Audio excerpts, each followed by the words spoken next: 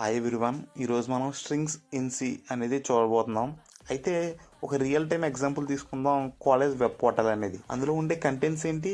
నేము, branch, college name, hall ticket number. ఇక్కడ ఒక example తీసుకున్నాము శాంపుల్ డేటా కింద.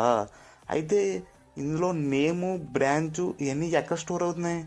కంప్యూటర్లో స్టోర్ అవ్వాలి కదా. ఎలా స్టోర్ అవుతున్నాయి? ఇక్కడ హాల్ టికెట్ నెంబర్ అనేది combination of numbers and characters ఉంది. అంటే దాన్ని మనం ఎటువంటి మల్టిప్లికేషను, ఎడిషను, సబ్ట్రాక్షను ఎటువంటి చేయలేం. Only to identify the student మాత్రమే యూస్ చేయగలం. మరి ఇవన్నీ కంప్యూటర్ అనేది ఎక్కడ స్టోర్ చేస్తుంది, ఎలా స్టోర్ చేస్తుంది అంటే ఇవన్నీ కూడా మనని స్ట్రింగ్ రూపంలో స్టోర్ చేస్తుంది.